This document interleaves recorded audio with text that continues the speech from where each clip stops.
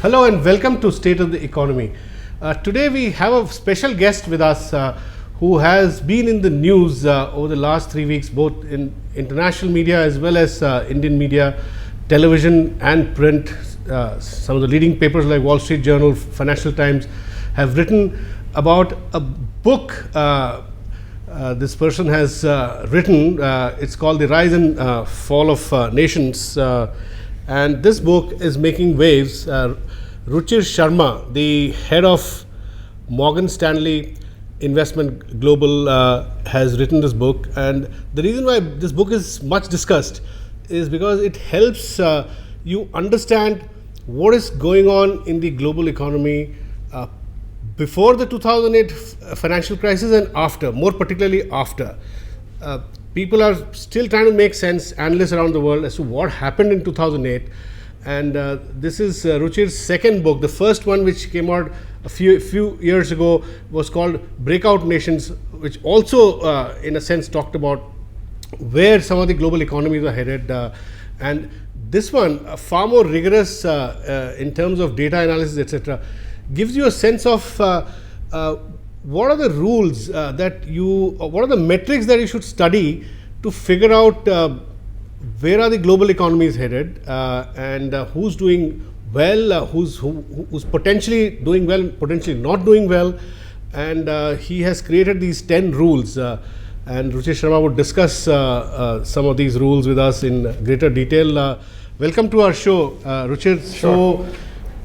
So you've so tell us now, this book that you have written, which is much in news these days, you have created 10 big rules about looking at where the global economy is headed.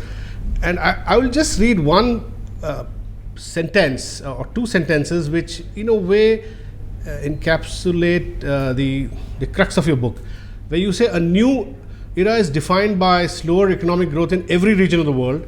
The world economy has been disrupted by forces of depopulation, the deglobalization of trade and money flows, and the looming need to cut back debt burdens or deleverage. These trends should not, however, make for undue pessimism. Now, in a sense, you're saying both the things. You're also talking about a secular decline, if you will, in growth happening around the world. And you're also saying there is scope for some optimism. So please tell us some of the key metrics that you have evolved in this book. Great. Thanks for having me here. I think that the setup of the book really is the fact that there are some very big global forces at play out here in the AC era, what I call as the after crisis era compared to the BC era, which is the before crisis era. And the world is still seeing the after effects of what happened in 2008. Sure. There are some trends which have been very persistent. And for example, see what happened at the Brexit vote in terms of that.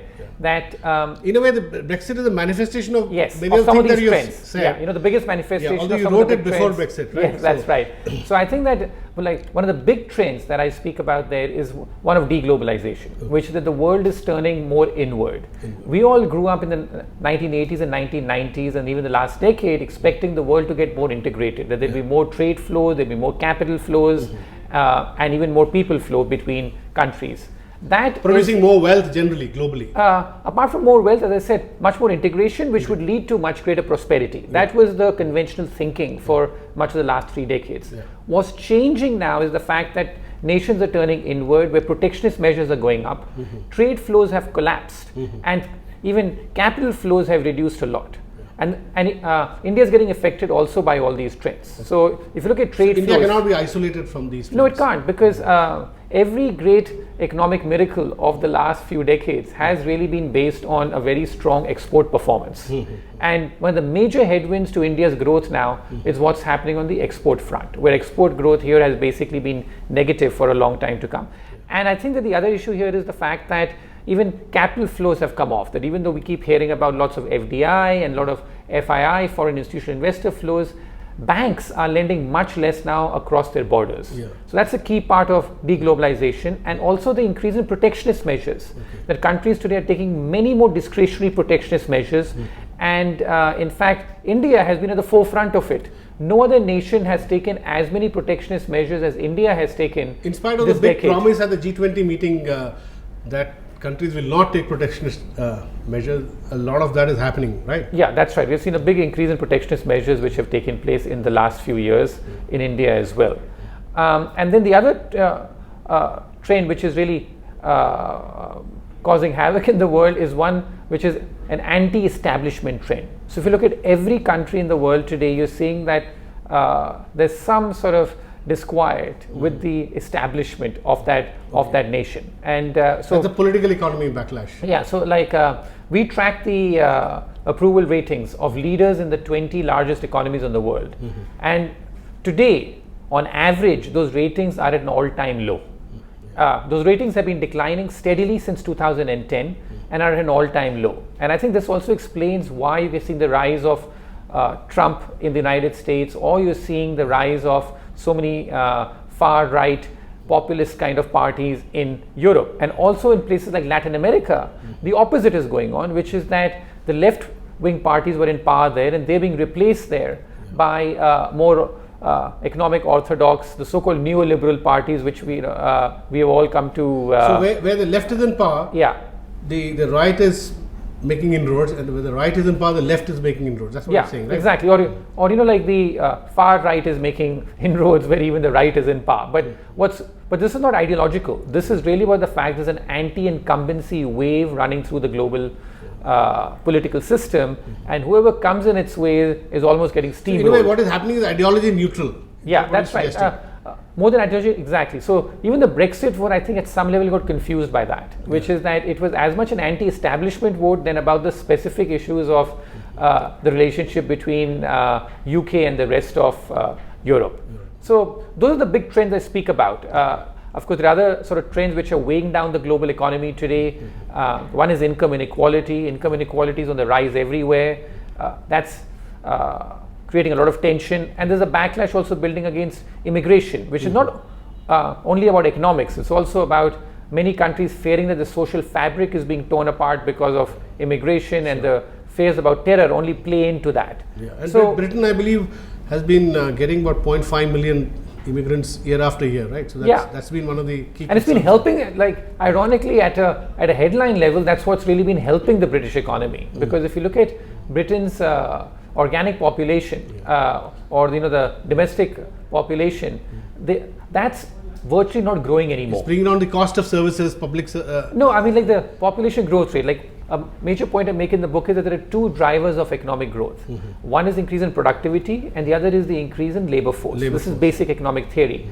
And in Britain's case, the entire increase in the labor force over the last few years is coming from immigration. Because their domestic population is not growing much. Here is what I want to ask you, Ruchir. I find this very interesting. Your fundamental point that global growth rates have declined or have even close to halved compared to say 20 years ago, largely because population growth has halved. And you say that in most countries, out of 20 countries, emerging market economies, in now about 17 of them, population growth is below 2%. Right. Now, that's part of the reason why growth is down. Exactly. And productivity growth is also halved. Yeah. So there's a double whammy in a way. That's what you're saying, right? Yes. Now, how do you come out of this situation? Well, I don't think that you can fight the demographic trend, or at least not for the foreseeable future. Exactly. Because for the next 5, it takes a long time for demographic trends to change. So in a way, the only way you can change it, as you just said about the Brexit, the Britain's experience, is by allowing much more liberal immigration, so that populations get adjusted around the world, which for political reasons is not happening. Exactly. So that's not feasible. And the other ways that you can adjust for it is one by getting more female participation in the labor force. And in countries like India, etc., it's very low. Exactly. But I think that across the world, female participation in the labor force is still lags behind by a huge margin to the male participation. In India, it's 25 to 30%. Yeah, it's that low. I mean, there's a huge gap. So one is to sort of close that gap to get more female participation in the labor force. And the other point, which I think is also productivity. No, the other point is to sort of have people work longer, which is that the working age needs to sort of increase. Because we're all conditioned to believe that people need to retire, at 60 or 65. But given the improvement in health standards and the fact that people are living longer, you possibly have to increase the working age limit as well. It's interesting you're saying this because recently our government brought out a notification to allow doctors in government hospitals to work till 65. Yeah. Probably because shortage of doctors, right? Yeah, but I think that across the world I'm seeing that in Germany and all, they've increased the retirement ages and because people are just fitter and living longer than they used to, and this entire concept of retirement age is very much a 20th century concept. Before that there was no notion of retirement age. People worked until they could work.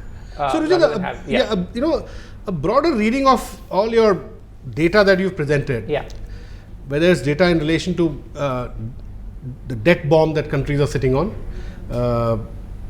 or whether it's data relating to population degrowth, productivity, for all these points to a situation of secular stagnation, isn't it? Yeah, but I think this secular stagnation has a sort of wrong connotation to it. It makes it look as if demand is very weak, and there's something we have to do to sort of pump up demand. Yeah. And I think that the point I'm making in the book, that this is as much a supply side problem. Exactly. And the main supply side problem has to do with demographics. It may also have to do with some of the factors, but demographics is the main supply side problem. And the other issue which in the book I deal with is debt. That we thought the 2008 financial crisis was caused by too much debt. And since then, the debt levels of the world have only increased. Yeah. And the difference being that the increase in debt levels after 2008 have been led by China and the emerging markets. Before that, it was the West, where the debt levels increased very significantly. So I think that shift is something also we need to get our hands around. And Japan, which is in the East, Japan also has a huge debt problem. That's a legacy problem. But the main point I make in the book is that countries get into trouble when their debt levels increase too sharply, regardless of the level. Because if you extend too many loans over a short span of time, you're bound to make bad loans, which go into bad projects as well. So I think that's my biggest concern in the book I express, is really about China. So Ruchir, if China's huge debt growth in the last 7-8 years and combined with debt in Europe, the increase in debt in Europe, are these two do these together create condition for the global economy not to reach the optimal growth path back again? Yeah, it could, because like in China's case, what's going on is quite scary, in fact, because today in China, it takes $6 of debt to create $1 of GDP growth in China. And before crisis, it was $2 to or like less than that even. $1 to one. Yeah, like in China, it was $1 debt to $1 output. Yeah, because both debt and GDP growth tend to go up together, and as long as they're going up together, it's fine, because you need some borrowing from the future to finance your current growth. But in China's case, it has exploded because at the peak of the US housing bubble, it took $3 of debt to create $1 of GDP growth in the United States. So just imagine, that's what's happening here. In China's case, it is so much more extreme. You visited China so many times now. It's interesting that you combine, what I find interesting about your book is that you combine a lot of rigorous data with your intuitive observations, because you visit all these countries to invest. So tell me, what's your intuitive anecdotal feel about China supporting this problem that you have been talking about? You spoke about China much earlier than others, because even Western analysts were expressing hope that China would not go down until about, say, 2 years ago, a year ago. So what are these things that you see in China? I feel I was in anecdotal evidence. Yeah, like I was in China earlier this year, and I think that what's amazing out there is that how many liquidity bubbles keep popping up in China. So because they're pumping so much liquidity into the economy to keep the economy afloat, so much of the money keeps finding its way into the wrong places. So you had the big stock market bubble last year which burst. Now this year, when I went earlier this year, a lot of the Chinese people were speculating in commodities, exotic commodities like some steel, rebar futures, and the property market is seeing huge amount of speculation which is going on in China. So it really is this sort of whack-a-mole game where you sort of whack something down because you think that there's too much excess building and it comes up somewhere else. So it's like a or call it like a water bed effect, like put something down somewhere, like it comes up. So there's far too much liquidity, and when I'm there on the ground in China, that's the sense. It's almost, and people sort of know that there's too much debt, there's too much liquidity, there's something wrong with it.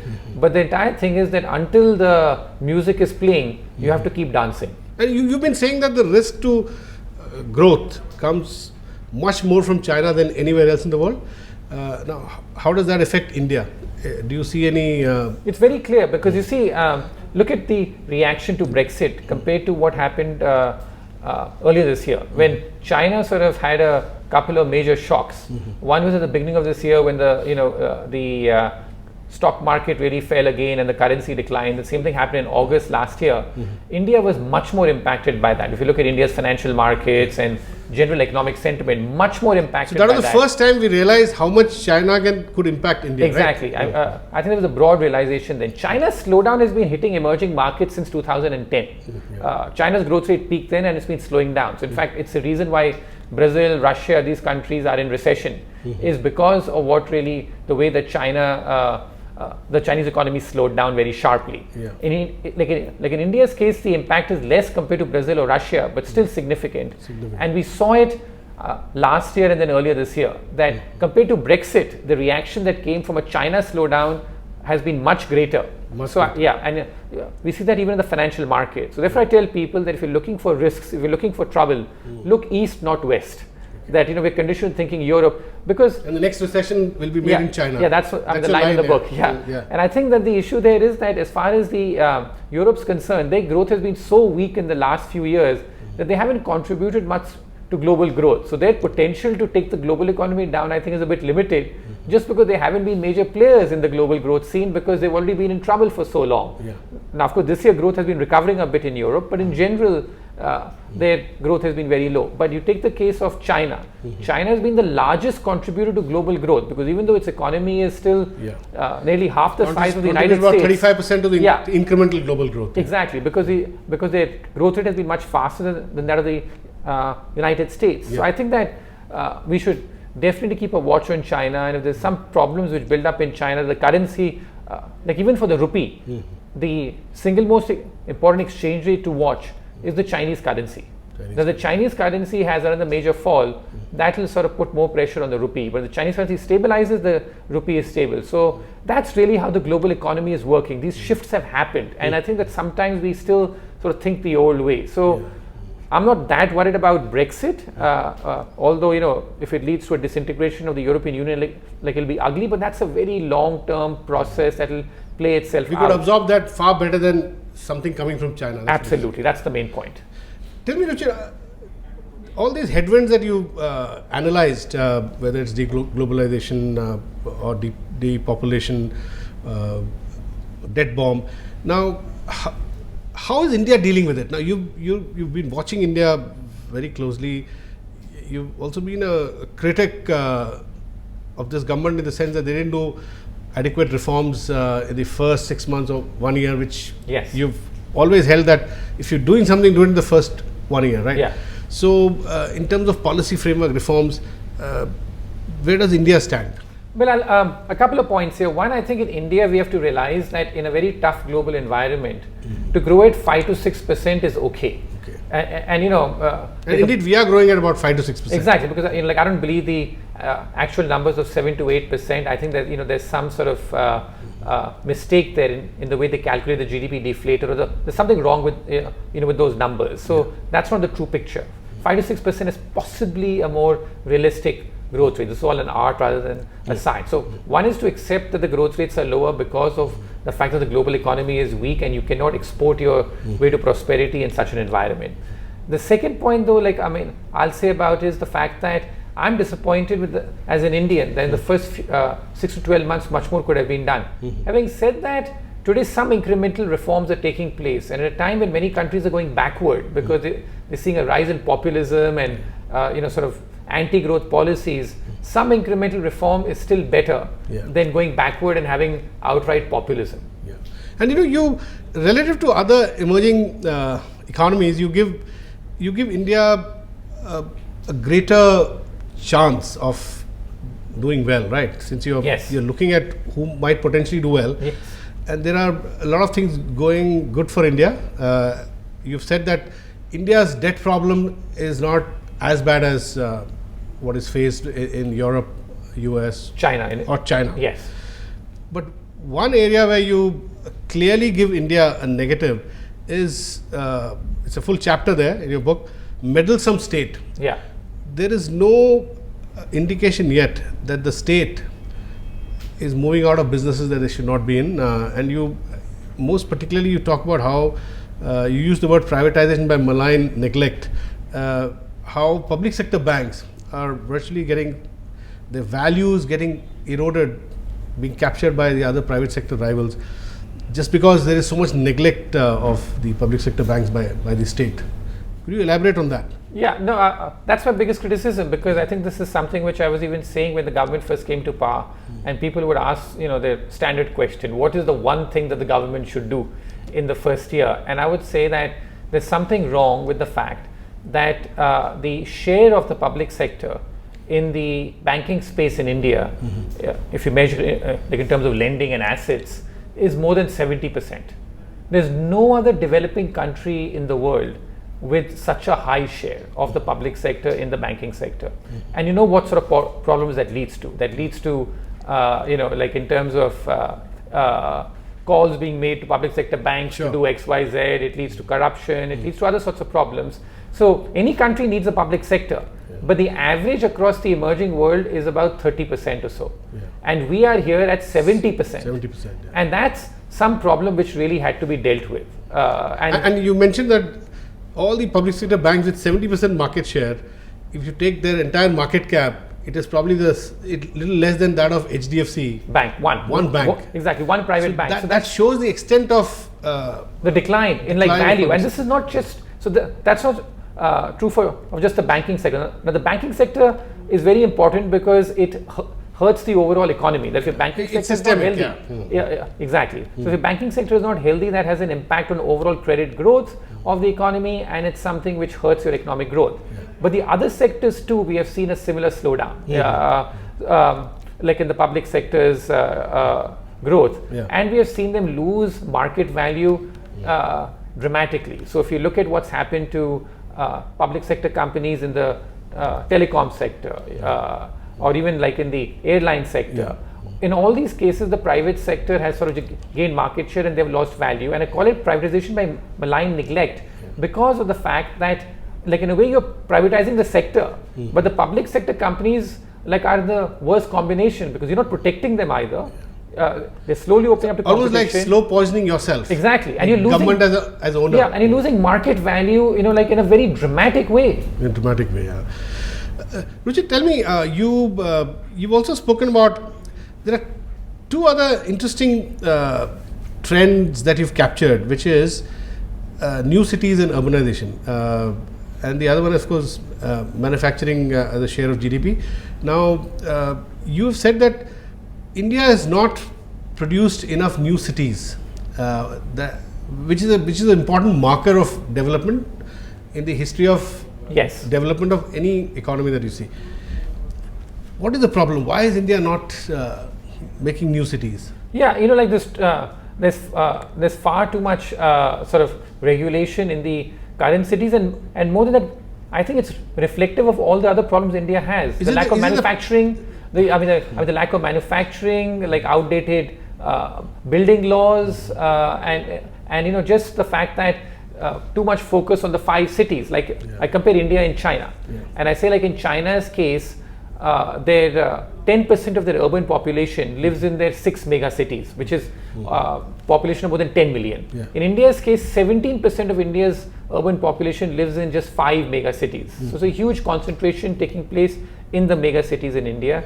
And it's staggering that over the last 30 years, there have been 19 new cities which have come up in China. And by new cities, I mean cities which had a population of less than 250,000 and today have a population of more than 1 million.